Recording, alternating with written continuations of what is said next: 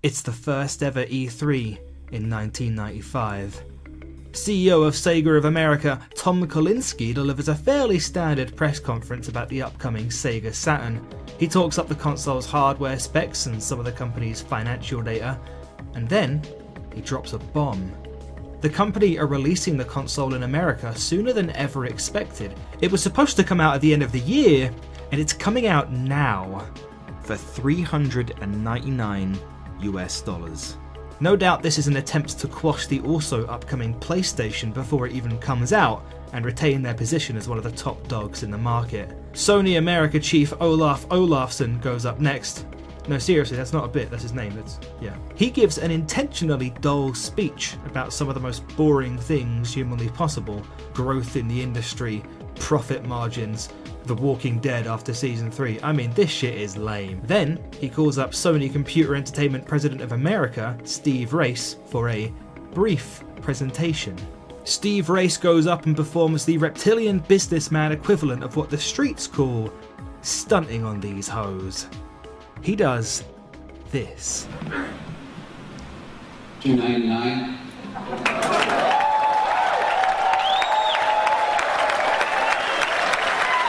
Sonic the Hedgehog is dead. Well, he's not dead, but Sonic the Hedgehog has gonorrhea. Sony are in town now, baby. Sonic's had his chance, and now it's time for a new contestant to step up to the plate against Mario and his fungal feudalism. A couple of those scrappy newfangled Westerners have whipped up a mascot for PlayStation to do just that. He might not be as inherently cool as Sonic, but he's fun, silly, and he's about to take over the 90s. And most importantly of all, he's orange. Yeah, that's right. You know exactly who I'm talking about. It's Garfield!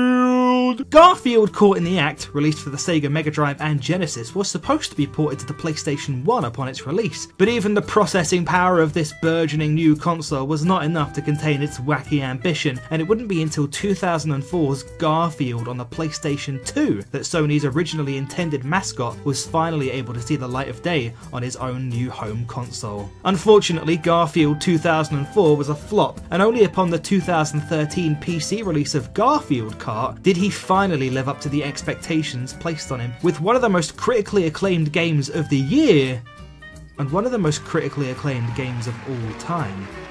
By then it was too late, however, and the game was ported to the rival Nintendo's 3DS only a couple of years after. A tragic tale of a cat who, it turns out, didn't have 9 lives. But this is not the world's worst review of Garfield Kart. Oh no, this is the world's worst review of the lesser known Crash Bandicoot.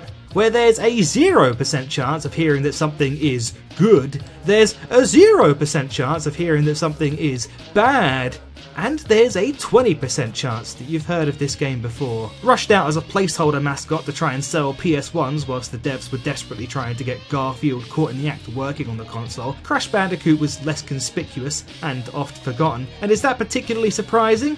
I mean, look at this dude. What the hell were they thinking? Crash Bandicoot is shaped like a Dorito. Crash Bandicoot is built like an Uber driver. He even looks back at you like one. Crash Bandicoot did not skip leg day, he hibernated through leg season. There are dudes out there built like Crash Bandicoot, and they are all misogynists. Crash Bandicoot is what would happen if the Hunchback of Notre Dame had a fursona. But then you get into the actual game, and I gotta say, it's pretty fascinating. A lot of the other 3D platformers that came out around this time are fakes. Super Mario 64, which came out earlier in the same year, Banjo-Kazooie and Spyro the Dragon, which were both released 2 years later. These games are platformers in a sense, sure, but they're really collectathons. There's a lot of flat ground in these games. A lot of time not spent jumping, but instead exploring. Just kind of looking around the levels, being in them. Crash is all action all the time. This game will have you jumping through corridors like you're Joe Biden on a decaf. In Crash, you're either side-scrolling or you're running through a dolled-up hallway. There's no room for lingering or exploration. That's not the point. This game hunkers down and focuses on platforming, endlessly shoveling into your mouth the dopamine you get from pulling off a tight jump. Coming out in the same year as Mario 64, it's one of the earliest games of its kind. Mario 64 4 was a revolution in 3D games and is now an iconic collectathon and platformer by some metrics, but I'd argue Crash Bandicoot was the real original 3D platformer. It'd go on to inspire many other games of its ilk: Eminem's Shell Shocked, Disney's Lilo and Stitch, Donald Duck Quack Attack, and of course the subject of the last World's Worst review, Dark Souls. But we don't have time to get into that one right now. I'll link a review in the description by a fellow elite gamer if you want to hear more about the relation. Yes, Crash's historical impact often goes undersold in online discussion because 90% of the pencil-necked white boys who talk about video games online in front of the stacked shelves of their retro video game collections grew up with Nintendo, and aspire only to be the 45th person this week to tell you that Mario 64 was quite important, actually.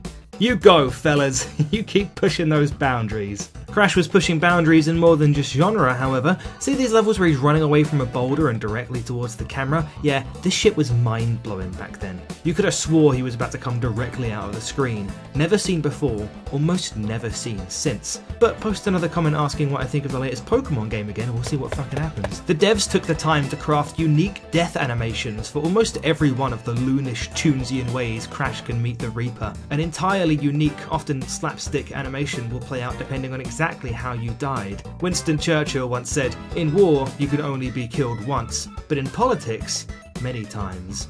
But an extra part of that quote that's often left out is, "And in Crash Bandicoot, sometimes when you blow up, you leave behind a smouldering pair of shoes," and I just think that's really funny. Then he did a war crime. And thank God Crash has all these charming little details for the kids to gawk at along the way, because this game is hard as balls. Native Fortress, Sunset Vista, Slippery Climb. This game has some brutal gauntlets in store. Word of advice, if a 90s kid ever tells you to take the high road, don't listen to them. Just ratio your nemesis on Twitter instead and be done with it. I had 8 Jaeger bombs in one night at a wedding once, and I still didn't have as much trouble walking in a straight line as I do on the ropes in the high road. Crash exists right in the twilight of that now archaic era of video games that had passwords. I don't think the game's difficulty is at trying to pad itself out and make sure you get your money's worth like a lot of NES era stuff, because this game is actually pretty big for its time. There's a lot of levels, bonus levels, boss fights, 6 to be exact. Weird number. But I think the fact that you can enter passwords to skip ahead to any level or boss in the game is proof that the devs knew this game was hard. Well, the levels are. The bosses are about as effective at their job as your real life boss, and we all know how much you hate that dickhead. The game's harsh difficulty is likely a byproduct of its own primal simplicity. As its sequels go on, they tend to just introduce more gimmicks or throw more stuff at the wall than expand on the core gameplay. But since the original doesn't have any of these extra moving parts, there's nowhere else to go but to intensify the pure platforming, which I think is inherently harder than shooting down some blimps or riding a cereal mascot across the Great Wall of China. Man, what the fuck is going on in these games? Crash and Spyro mirror each other in this sense. The first games in their respective trilogies were comparatively minimalist and simplistic when compared to their successors, which would just go completely off the wall and have tons more wacky shit they can put in adverts and on the back of the box to get kids excited about. Look at this! Crash has a gun! And a motorbike! Oh my god! Spyro has friends now! Look at this guy! Wow! Look at this! Do you know what this is? I don't, but kids do, and they fucking love it! But I, for one, am partial to the more grounded and focused experience offered in the original. At least as far as Crash is concerned. Crash 1 has this little thing I like to call the juice. Unfiltered and unprocessed. It may be hard as balls, but it's my balls. Yep. This may have been the world's worst review of Crash Bandicoot. It may have been the world's worst review of Garfield Kart. Those first few minutes were weird, weren't they? But I gotta say, through it all, I found that I'm quite impressed with this Crash fella. I think he's got the stuff, and I think he's got a bright future ahead of him.